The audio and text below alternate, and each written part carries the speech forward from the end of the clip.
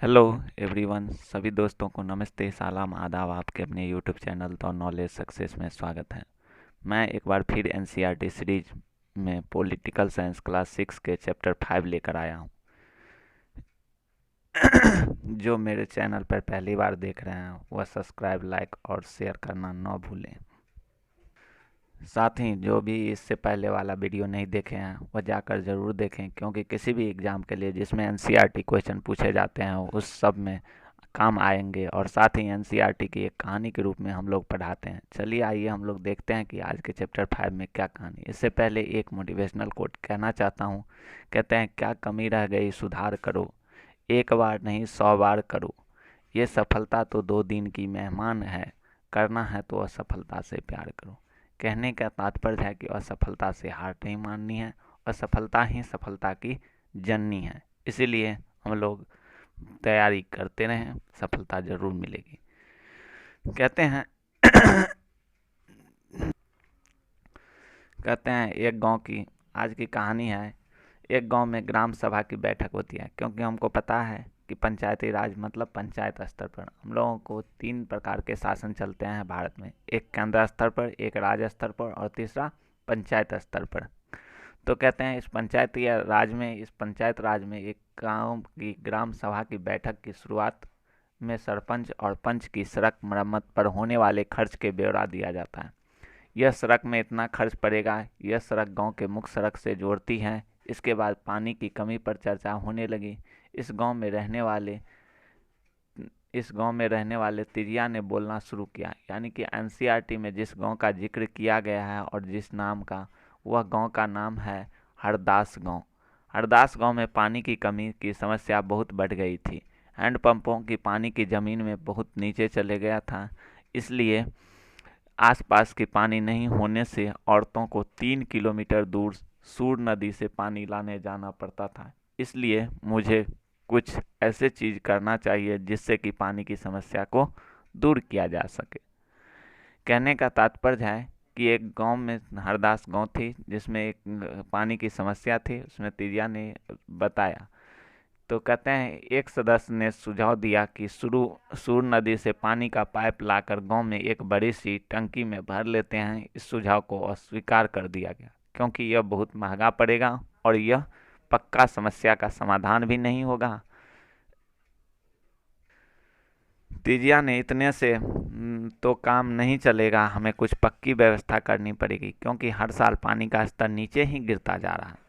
पे ग्राम सभा के एक और दूसरे सदस्य अनवर ने सबको बताया कि उसने महाराष्ट्र के एक गांव में पानी के संरक्षण का नई तरीका देखा। वह उस गांव में अपने भाई से मिलने गया था।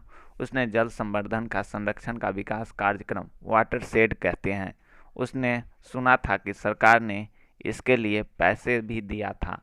और उसके भाई के गांव में लोगों ने पेड़ लगाए थे और नालों को चेक डैम्स यानी छोटे छोटे बांध बनाए थे एवं टंकियां बनाई थी।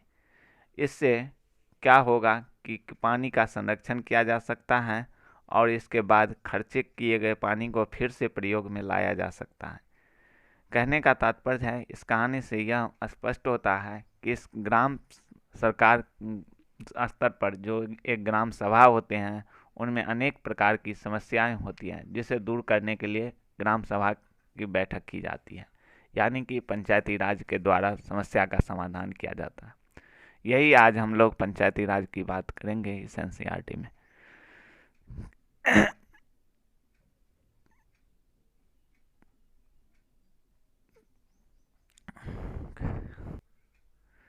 चलिए, ग्राम सभा किसे कहते हैं। ग्राम सभा में यहाँ मिस्टेक कर गया है। ग्राम सभा एक पंचायत क्षेत्र में रहने वाले सभी वयस्क सभा होती हैं।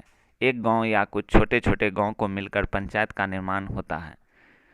कहने का मतलब है कि ग्राम सभा एक पंचायत क्षेत्र पर होने वाली वयस्क सभा है, यानी कि वयस्क मतलब मताधिकार देने का अधिकार हो, वह 18 वर्ष से ऊपर हो या 18 वर्ष से ऊपर का ही हो सकता है, उसे वयस्क सभा कहा जाता है। जिसमें छोटे छोटे गांव मिलकर एक पंचायत बनते हैं, 2 गांव 3 गांव मिलकर एक पंचायत बनते हैं।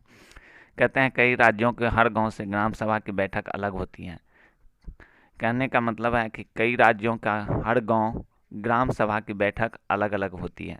कई राज्यों में हर गांव में ग्राम सभा की बैठक अलग अलग होती हैं। कई व्यक्तियों में जिसकी आयु 18 वर्ष या उससे ज़्यादा हो, जिसे वोट देने का अधिकार प्राप्त हो, जिसका नाम गांव की मतदाता सूची में हो, वह ग्राम सभा का सदस्य होता है। एक ग्राम पंचायत में कई वार्डों में बटी होती है, यानी कि एक ग्राम पंचायत में 10 वार्ड, 12 वार्ड, 14 वार्ड, इस रूप में वार्डों में बटी होती हैं छोटे छोटे। ग्राम सभा के सदस्यों के द्वारा नियत समय पर ग्राम पंचायत का चुनाव कराया जाता है, जिसमें एक प्रधान अथवा सरपंच के अतिरिक्त कुछ पंच होते हैं। इन पंचों की संख्या 5 से लेकर 15 तक हो सकती है। कहने का मतलब है कि एक पंचायत में चुनाव किया जाता है जिसका प्रधान अथवा सरपंच अतिरिक्त कुछ पंच होते हैं। इन पंचों की संख्या 5 से लेकर 15 हो सकते हैं। ग्राम पंचायत का कार्यकाल सामान्यतः 5 वर्षों का होता है। ग्राम पंचायत का कार्यकाल सामान्यतः 5 वर्षों के होता है। कहते हैं ग्राम पंचायत कई वार्ड छोटे छोटे बटी होती हैं। प्रत्येक वार्ड में अपना एक प्रतिनिधि चुनता है जो वार्ड पंच के नाम से जाना जाता है। इसके साथ ही पंचायत के क्षेत्र लोग मिलकर सरपंच को चुनते हैं। एक गांव में एक ग्राम सभा हो सकती है। एक गांव में 2 भी ग्राम सभा हो सकती है। वह गांव की जनसंख्या पर निर्भर करती है कि उसका पॉपुलेशन क्या है। कहते हैं वार्ड पंच और सरपंच मिलकर ग्राम पंचायत का गठन 5 साल के लिए करता है। ग्राम पंचायत का एक सचिव होता है जो ग्राम सभा के भी सचिव होते हैं, यानी कि सचिव का चुनाव नहीं होता है, वह सरकार के द्वारा नियुक्ति की जाती है, यानी कि सरकारी नौकरशाही होती है।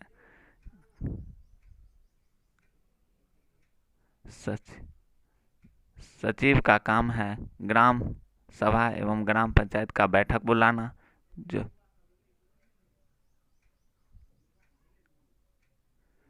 जो भी चर्चा हो एवं निर्णय हुए हो उनका रिकॉर्ड रखना। ग्राम पंचायत पूरे गांव के लिए हित के निष्पक्ष रूप से काम कर सकें, इसमें ग्राम सभा की महत्वपूर्ण भूमिका होती है। ग्राम सभा की बैठक में ग्राम पंचायत अपनी योजनाओं में लोगों के सामने रखती है और ग्राम सभा पैसों का दुरुपयोग एवं कोई गलत काम न हो इसकी निगरानी भी करती है। कहने का मतलब है कि ग्राम सभा की बैठक ग्राम पंचायत में अपनी योजनाएं जो लागू करती है सामने रखती है, उसमें ग्राम सभा का पैसा का दुरुपयोग नहीं हो, उससे सदुपयोग किया जाए, उसका गलत कोई नहीं हो, इसकी निगरानी रखने के लिए ग्राम सभा की बैठक होती है। ग्राम सभा में चुने हुए प्रतिनिधि पर नज़र रखने के लिए लोगों के प्रति उन्हें जिम्मेदारी एवं जवाबदेही बनाने के लिए महत्वपूर्ण भूमिका निभाती है। यानी कि ग्राम सभा में जो चुने हुए प्रतिनिधि होते हैं उन पर नज़र रखने के लिए उनकी जिम्मेदारी है, जवाबदेही है कि वह अपनी भूमिका को सही ढंग से निर्वहन करे। ग्राम पंचायत का कार्य है, ग्राम पंचायत में मुख्यतः 3 कार्यों में अपना योगदान करना होता है। ये कार्य होता है नागरिक की सुविधाएं देना, समाज कल्याण के कार्य एवं विकास कार्य के लिए होता है। अब कहते हैं कुछ राज्यों में ग्राम सभाएं काम करवाने के लिए समितियां बनाती है। उदाहरण के लिए निर्माण समितियां। इन समितियां के कुछ सदस्य ग्राम सभा होते हैं और कुछ पंचायत के होते हैं।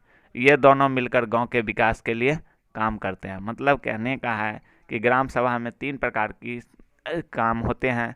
नागरिक का सुविधा कैसे उपलब्ध किया जाए, उसका जो भी नागरिक सुविधा हो, बीपीएल सूची जो भी हो, ग्रामीण स्तर पर जितने भी फंड आते हैं उसको सुविधा कैसे मिले, समाज कल्याण के लिए कौन सी सड़क मरम्मत किया जाएगा, कौन सी सड़क बनाए, ये सब। इसके बाद कार्य और विकास के कार्यों में गति लाया जा सके, इसके लिए भी जो योजना है सरकार के द्वारा चलाया जाए उस सब को लागू करना, सही से निर्वहन करना।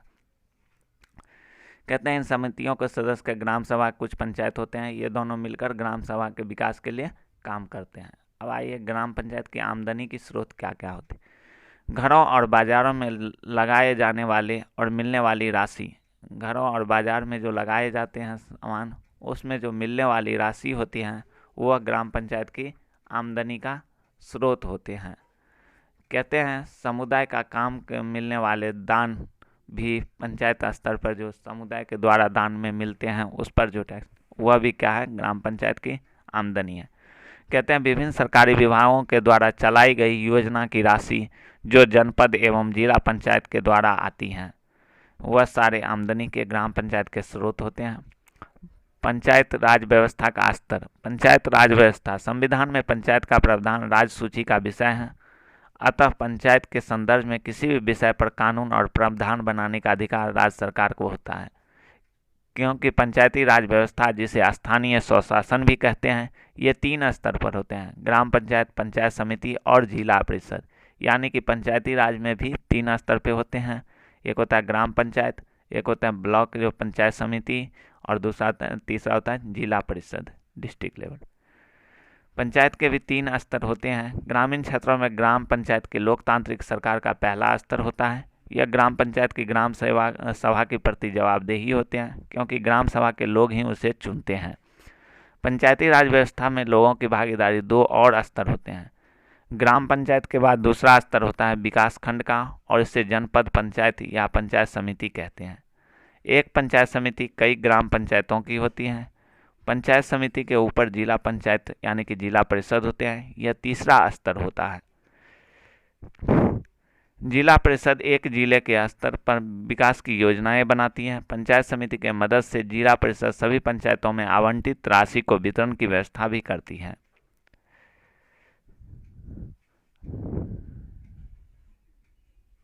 नोट में याद रखिएगा, ग्रामीण विकास एक सुनियोजित कार्यक्रम एवं व्यवस्था पर विचार विमर्श करने के लिए भारत सरकार ने बलवंत राय मेहता की अध्यक्षता में 1956 में एक समिति का गठन किया गया, जो बलवंत राय मेहता समिति अपनी स्तुतियाँ 1957 में सरकार को दे दी थी।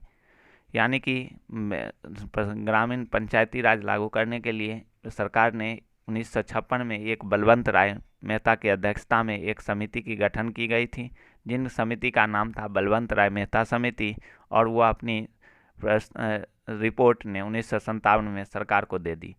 जब 12 जनवरी 1958 को राष्ट्रीय विकास परिषद में बलवंत राय मेहता समिति को प्रजातांत्रिक विकेंद्रीकरण का प्रस्तावों को स्वीकार करते हुए राज्यों ने इसे कार्यान्वित करने के लिए कहा, यानी कि 12 जनवरी 1958 को राष्ट्रीय विकास परिषद यानी कि बलवंत राय मेहता समिति के प्रजातांत्रिक विकेंद्रीकरण प्रस्तावों को स्वीकार करते हुए राज्यों ने इसे क्रियान्वित करने के लिए कहा।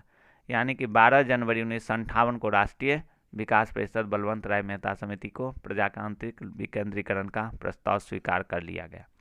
इसके बाद 2 अक्टूबर 1959 को भारत के प्रथम प्रधानमंत्री जवाहरलाल नेहरू द्वारा पंचायती राज का शुभ आरंभ किया गया, और वह भी राजस्थान के नागौर जिलों में किया गया। सबसे पहले याद रखिएगा, 2 अक्टूबर 1959 को भारत के प्रथम प्रधानमंत्री जवाहरलाल नेहरू के द्वारा पंचायती राज का शुभ आरंभ राजस्थान के नागौर जिलों में किया गया। 11 अक्टूबर 1959 को आंध्र प्रदेश में पंचायती राज का प्रारंभ फिर किया गया। पंचायती राज का अधिक प्रभावी बनाने के लिए 1977 में फिर अशोक राय मेहता की अध्यक्षता में एक समिति की गठन की गई, जिसे 1978 में अपना रिपोर्ट प्रस्तुत किया। इस समिति का नाम था अशोक मेहता समिति। अशोक मेहता समिति के प्रस्तावों को स्वीकार नहीं किया गया, इस प्रस्ताव को रिजेक्ट कर दिया गया। वर्तमान में पंचायत व्यवस्था में बलवंत राय मेहता समिति के प्रस्तावों पर आधारित है। अभी जो वर्तमान में चल रहा है वह पंचायत में जो पंचायती राज में लागू है वह बलवंत राय मेहता समिति के रिपोर्ट पर ही आधारित है। यह 73वें संविधान संशोधन के द्वारा 1992 में किया गया है और इसे लागू किया गया 24 अप्रैल 1993 को, यानी कि 73वां अमेंडमेंट बिल संविधान में 1992 में किया गया, इसे लागू किया गया और 24 अप्रैल 1993 को 24 अप्रैल को पंचायती राज दिवस के रूप में भी मनाया जाता है। इसलिए 24 अप्रैल को पंचायती राज दिवस के रूप में भी मनाया जाता है। अगर आप लोगों को मेरा वीडियो अच्छी लगी हो तो लाइक, शेयर, सब्सक्राइब करना न भूलें। अगर इसका PDF चाहिए तो मेरे टेलीग्राम द नॉलेज सक्सेस में ज़रूर ज्वाइन कर लें। वीडियो देखने के लिए धन्यवाद।